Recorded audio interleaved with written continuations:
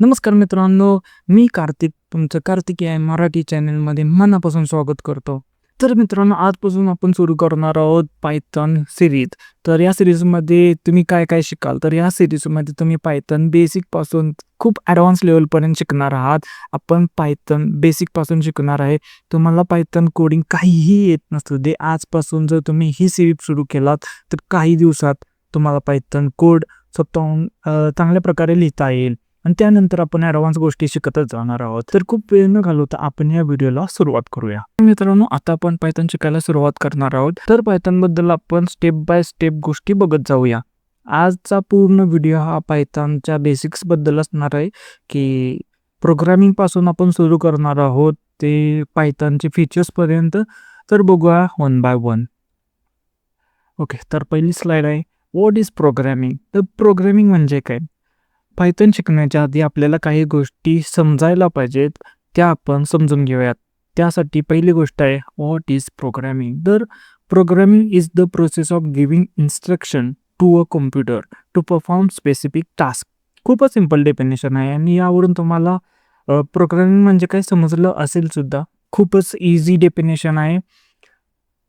तर for example, इथं तुम्ही दोन व्यक्ती बघत आहात, एक मुलगी एक मुलगा. आता ही मुलगी या मुलग्याला काहीतरी काम सांगत असेल, असाइनमेंट्स लिहून द्यायला सांगत असेल, तर ही व्यक्ती ह्या मुलग्याला एखादं काम सांगते. तर ती काम कोणत्या तरी भाषेतूनच सांगणार. त्यांची भाषा मे बी इंग्लिश असेल. आपण कसं मराठीतून एकमेकांना गोष्टी सांगतो, काम करायला इन्स्ट्रक्शन्स देतो, तशी ही व्यक्ती या मुलग्याला इन्स्ट्रक्शन्स देते.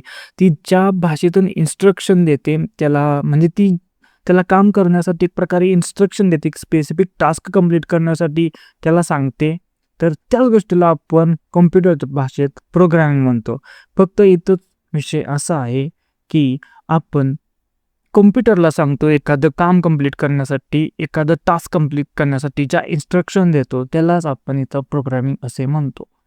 तर प्रोग्रामिंगची डेफिनेशन सिम्पली अशी आहे की कॉम्प्युटरला सांगणं, एखादं काम कंप्लीट करण्यासाठी, टास्क कंप्लीट करण्यासाठी त्याला इन्स्ट्रक्शन्स देणं म्हणजेच प्रोग्रामिंग आहे. ओके, आता कसं आहे की कॉम्प्युटरला, आता आपण दोन व्यक्ती बोलत आहे, तर दोन व्यक्तींना कसं आहे की आपण एका भाषेतून बोलत आहे, पुढच्या व्यक्तीला ती भाषा डिरेक्टली समजते. पण कॉम्प्युटरचं तसं नाही. कॉम्प्युटरला फक्त 0 आणि 1 ह्या दोनच गोष्टी समजतात. म्हणजेच त्याला आपण बायनरी कोड असे म्हणतो. म्हणजे machine computer can only understand the binary machine code means 0 and 1. म्हणजे एक प्रकारे आपण कोड लिहितो, मध्ये असते ट्रान्सलेटर, कंपायलर, इंटरप्रेटर. तर तो आपल्या कोडला कन्वर्ट करतो बायनरी कोडिंगमध्ये. तर ती बायनरी मशीन कोड ही जेव्हा जेव्हा मशीनपर्यंत जाते, त्यावेळी त्या मशीनला कळतं की त्याला कोणतं टास्क करायचं आहे, त्याला म्हणजे त्याला आपण काय काय इन्स्ट्रक्शन दिल्या त्यावेळी कळते. म्हणजे बेसिकली समजून जा की आपण कोडिंग करणार पायथन किंवा जावा किंवा C++ लँग्वेजमध्ये. ती जाणार ट्रान्सलेटरकडं, ती कंपायलरनं इंटरप्रेट होणार आणि मग ती जाणार मशीनकडे आणि मग ती मशीनला समजणार. आणि machine computer can only understand the binary machine code means 0 and 1. मी सांगितल्याप्रमाणे मशीन आणि कॉम्प्युटरला फक्त 0 आणि 1च कळतं. तर आता तुम्हाला या गोष्टी कन्फ्युजिंग वाटतील, बट जसं तुम्ही पुढे जाल ना, तसं हे तुम्हाला इनडायरेक्टली समजत जाईल की ह्या सगळ्या गोष्टींना खूपच इझी आहेत. तर आपण समजलो की प्रोग्रामिंग म्हणजे काय. प्रोग्रामिंग म्हणजे काय की कॉम्प्युटरला एखादा स्पेसिफिक टास्क कंप्लीट करण्यासाठी इन्स्ट्रक्शन्स देणे. तर ते इन्स्ट्रक्शन कोणत्या तरी भाषेतून द्यावे लागतील, की काहीतरी आपल्याला प्रोग्राम करावा लागेल, कॉम्प्युटरला सांगावं लागेल की ह्या गोष्टी कर. तर ती ज्या भाषेतून आपण कॉम्प्युटरला सांगणार, ज्या भाषेत आपण प्रोग्राम करणार, त्यालाच आपण प्रोग्रामिंग लँग्वेज म्हणतो. आणि पायथॉन ही एक प्रोग्रामिंग लँग्वेज आहे. म्हणजे ह्या लँग्वेज थ्रू आपण कॉम्प्युटरला गोष्टी बिल्ड करण्यासाठी किंवा स्पेसिफिक टास्क करण्यासाठी आपण इन्स्ट्रक्शन्स देणार. तर इथं लिहिल्याप्रमाणे Python is a simple and powerful programming language use to create websites, apps, games, AI and automation tools. तर पायथन एक सिम्पल आणि पॉवरफुल प्रोग्रामिंग लँग्वेज आहे, जे आपण वेबसाईट्स क्रिएट करण्यासाठी, ॲप्स डेव्हलप करण्यासाठी, गेम्स, AI आणि ऑटोमेशन, मोस्टली याचा यूज AIमध्येच होतो. तर आता आपण बघणार आहोत हिस्ट्री ऑफ पायथन. तर पायथन प्रोग्रामिंग लँग्वेज आहे. आपल्याला एवढं कळालं की प्रोग्रामिंग म्हणजे काय, प्रोग्रामिंग लँग्वेज म्हणजे काय आणि पायथन हे काय आहे. तर पायथन एक प्रोग्रामिंग लँग्वेज आहे एवढं तरी आपल्याला कळाले. पण या लँग्वेजला क्रिएट कोणी केलं? तर हा जो महान व्यक्ती आहे ज्याचं नाव आहे गुड वॅन रोसम यांनी पायथनला क्रिएट केलेलं आहे. तर Python was created by Guido van Rossum in 1991. म्हणजे पायथनला 1991मध्ये गुड वॅन रोसमनं क्रिएट केलेलं आहे. It was design to be simple, readable and easy to learn. तर ही डिझाईन केली आहे एक सिम्पल, रिडेबल आणि शिकण्यासाठी सोपी असणारी भाषा. तर ही भाषा याने डिझाईन केली आहे कारण याला एक अशी भाषा डिझाईन करायची होती जी आपल्याला समजण्यासाठी साधी असेल, जी आपण अंडरस्टँडिंग आणि वाचू व्यवस्थित शकतो आणि ज्याला आपण समजू पण व्यवस्थित शकतो. Python was inspired by the ABC programming language. म्हणजे काय? तर पायथनच्या आधी एक ABC नावाची प्रोग्रामिंग लँग्वेज होती. ती सोपी होती त्यावेळी, खूपच इझी होती. तर त्यावरतीच त्यालाच इन्स्पायर होऊन गुड वॅन रोसमनं पायथन डेव्हलप केली. And today Python is widely used in AI, web development, automation and data science. म्हणजे काय? तर आजकाल पायथन ही खूप वाईड यूज केली जाते AIमध्ये, वेब डेव्हलपमेंटमध्ये, ऑटोमेशन आणि डेटा सायन्समध्ये, ज्या की पुढं आपण ह्या गोष्टी सगळ्या समजून घेणार आहोत, डीपली बघणार आहोत. कोणतीही घाई नाही आहे. तशी घाई आहे, कन्सिस्टन्सी ठेवायला लागणार आहे. जग खूप वेगाने पळायला लागले, त्यामुळे आपल्याला वेगाने गोष्टी शिकायच्या आहेत, हार्ड वर्क करायचं आहे, त्याबरोबर स्मार्ट वर्कसुद्धा करायचं आहे आणि आपल्याला गोष्टी पण समजून घ्यायच्या आहेत. आता हिस्ट्री ऑफ पायथन असं आहे की त्यांनी पायथन नाव का ठेवलं? खूप गोष्टी आहेत, तर मी सगळ्याच गोष्टी इथं नाहीत घेतलेल्या. तुम्ही स्वतःहून जाऊन पण त्याबद्दल रिसर्च करू शकता किंवा समजून घेऊ शकता. ओके, कारण गोष्टी शिकायला गेल्या तशा खूप आहेत. मी जेवढ्या इम्पॉर्टंट आणि गरजेच्या आहेत तेवढ्याच गोष्टी मी तुम्हाला सांगणार आहे. ओके, त्यामुळं जर एक्स्ट्रा काही इन्फॉर्मेशन असेल तर तुम्ही ती इंटरनेटवर बघू शकता.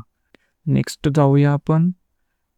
Python is popular because it is simple, powerful and used in many modern technologies. तर पायथन ही पॉप्युलर आहे. आता तुम्ही पायथनबद्दल ऐकला आहात, त्यामुळे तुम्ही इथं शिकायला आला आहात किंवा कोणाला कोडिंग लँग्वेज शिकायचे आहे ते सुद्धा आलेले आहेत. तर पायथन ही खूपच प्रसिद्ध लँग्वेज आहे, खूपच सिम्पल, साधी आहे, खूपच शक्तिशाली, पॉवरफुल आहे आणि used in many modern technologies. म्हणजे आजच्या जगात खूप मॉडर्न टेक्नॉलॉजीच्या मागे पायथन आहे. AIच्या मागे तर पायथनच आहे आणि पायथन ही खूपच प्रसिद्ध लँग्वेज आहे. तेच इथे सांगितलेलं आहे. तर आता आपण कंपायलर आणि इंटरप्रेटर बघूया, की मगाशी मी सांगितल्याप्रमाणे की आपण पुढं गोष्टी शिकतच जाणार आहे. तेच आता आपण इथे कंपायलर आणि इंटरप्रेटर म्हणजे काय ते बघणार आहोत. तर तुम्हाला हा सीन आठवतोय का रोबोट पिक्चरमध्ये? तर समजा आता एक साधा माणूस म्हणजे कॉमन मॅन आहे, तर आपण पुस्तके कसे वाचतो? 1 by 1 page, line by line page, मग अंडरस्टँडिंग होतं आणि मग आपण पुस्तके वाचतो ना. तसंच हा चिट्टी रोबोट तुम्ही रोबोट पिक्चरमध्ये बघितलाच असाल, मला माहिती आहे. तर हा एक बुक फक्त म्हणजे असं पूर्ण बुक एका सेकंदात वाचतो ना, बरोबर आहे ना? तर यालाच कंपायलर म्हणतात. प्रोग्रामिंग लँग्वेजमध्ये यालाच कंपायलर असे म्हणतात, की एखादा कोड आहे, तर तो कोड कसा आहे, की translate whole program at once. जो कोड आहे ना, तो एकदम एक्झिक्यूट होतो. म्हणजे चिठ्ठीने बुक जशी वाचल्याप्रमाणे ना, कोड हा एकदमच एक्झिक्यूट होतो. कंपायलरमध्ये फास्टर एक्झिक्युशन असतं. कंपायलर सगळं कंपायलेशन झाल्यानंतरच एरर शो करतो आणि तो एक सेपरेट एक्झिक्युटेबल फाईल जनरेट करतो. कंपायलर प्रोग्रामिंग लँग्वेज C++ आणि गो या आहेत. कंपायलर म्हणजे काय?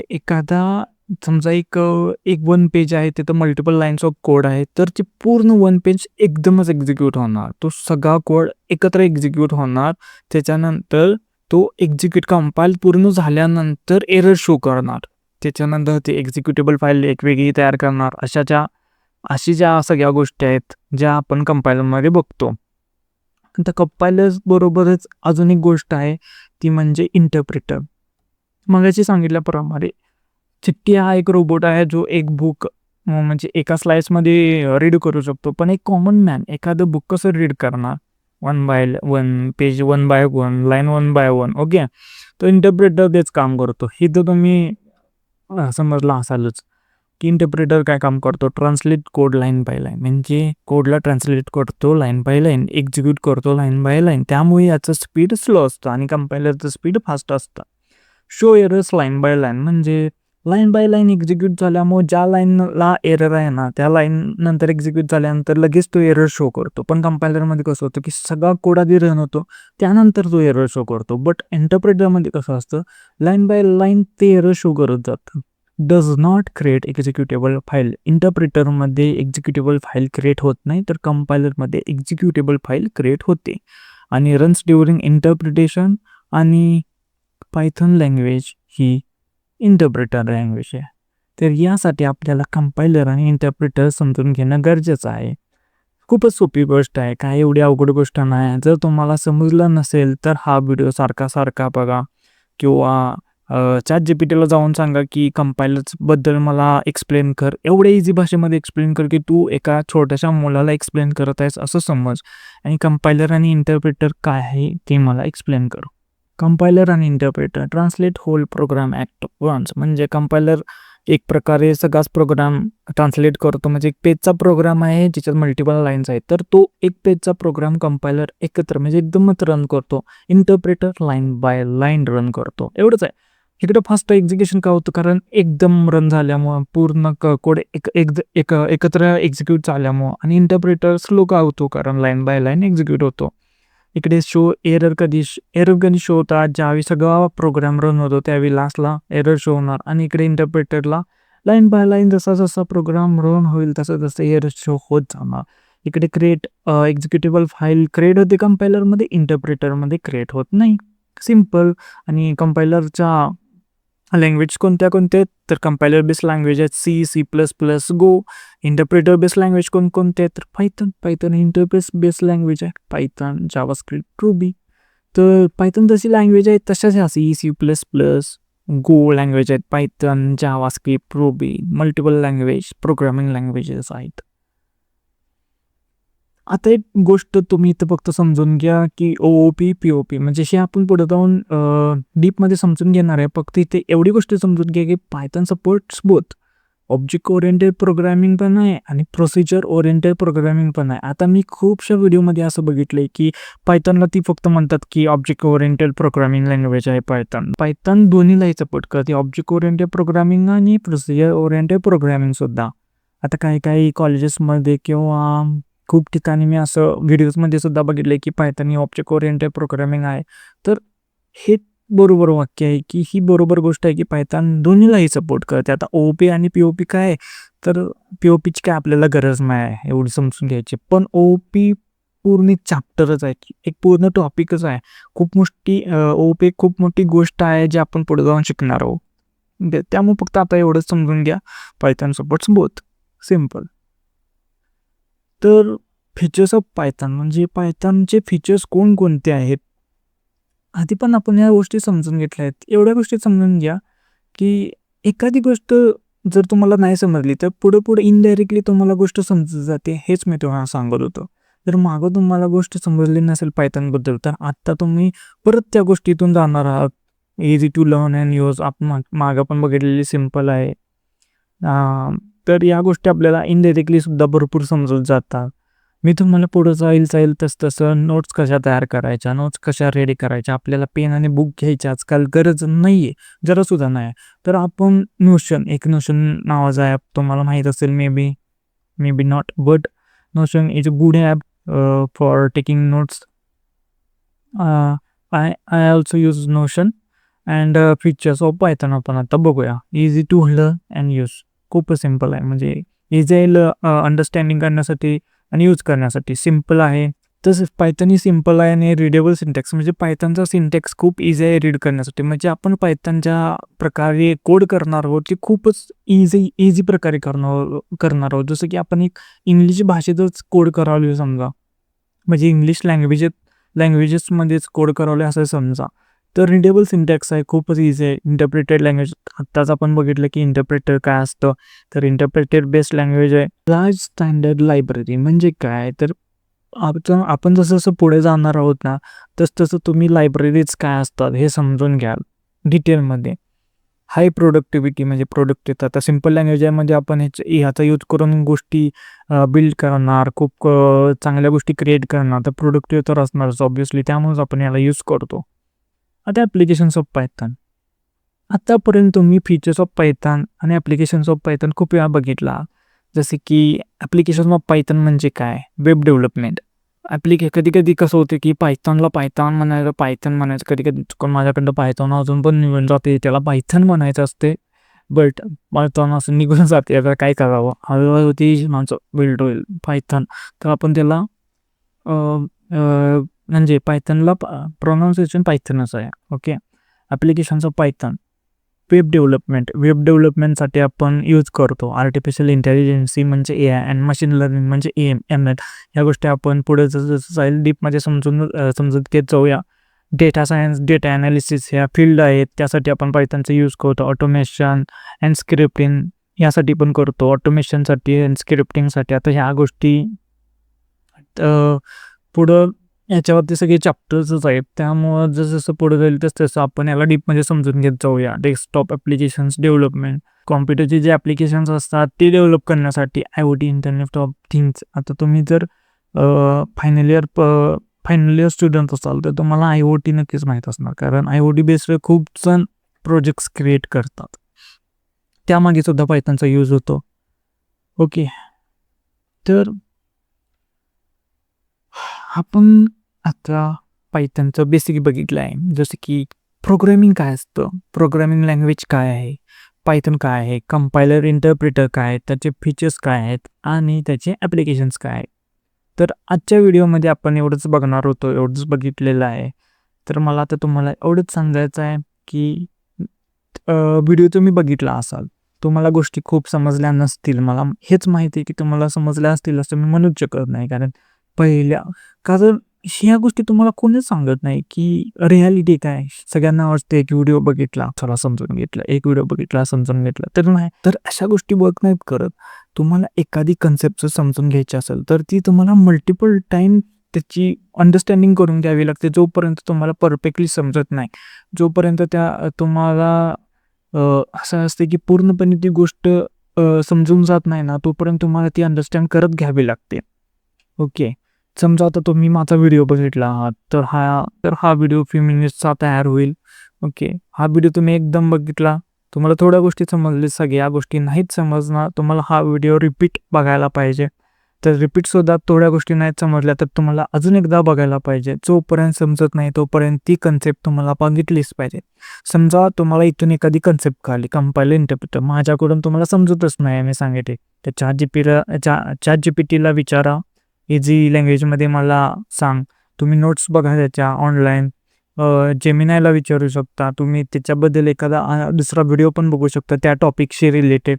पण फक्त मला एवढंच सांगायचं की तुम्हाला ती गोष्ट समजली पाहिजे की अशाच गोष्टीने आपण स्टडी करायचं असतो. अशाच गोष्टीने आपल्याला गोष्टी अंडरस्टँड होतात. त्यामुळे ह्या गोष्टी नंतर आपल्याला इझी फील व्हायला लागतात.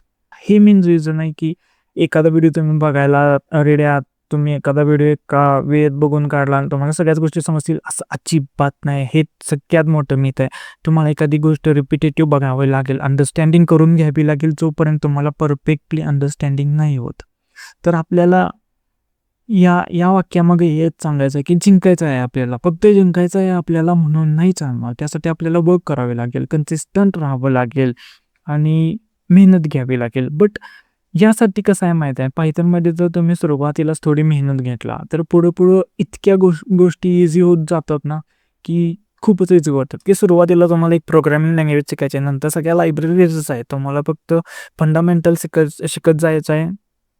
आणि तुम्ही जसं पुढे चाल तसे तुम्ही ॲडव्हान्स यात होत जा. पण सुरुवातीला तुम्हाला मेहनत घ्यावी लागेल. तुम्हाला नोट्स काढून ठेवावे लागतील तुमच्या भाषेत. तुम्ही नोटबुकवरती नोट्स काढू शकता. पण मी नेक्स्ट एक व्हिडिओ घेईन ज्याच्या नोशनबद्दल मी तुम्हाला इन डिटेल सांगेन. आणि मला या वाक्यातून एवढंच सांगायचं, जिंकायचं आहे आपल्याला. We have to win. Okay. आपल्याला फक्त बोलायचं नाही तर करून दाखवायचं आहे. तर या व्हिडिओमध्ये एवढंच. तर कार्तिकेय मराठी चॅनल आतापर्यंत तुम्ही हा व्हिडिओ बघितल्यामुळे तुमचे खूप खूप आभार. व्हिडिओ आवडला असेल तर नक्कीच लाईक करा. तुमच्या फ्रेंड्सलाही व्हिडिओ शेअर करा. कारण मराठी लोक पुढे गेली पाहिजेत. जेवढ्या लोकांना तुम्हाला शेअर करता येईल तुमच्या फ्रेंड्स, फॅमिलीमध्ये, तुमच्या मित्रांना या गोष्टी शेअर करा. जर तुम्ही फर्स्ट इयरमध्ये असाल, तुम्हाला पायथन शिकायचे असेल तर नक्की हा व्हिडिओ शेअर करा आणि चॅनलला सबस्क्राईब करा. थँक्यू.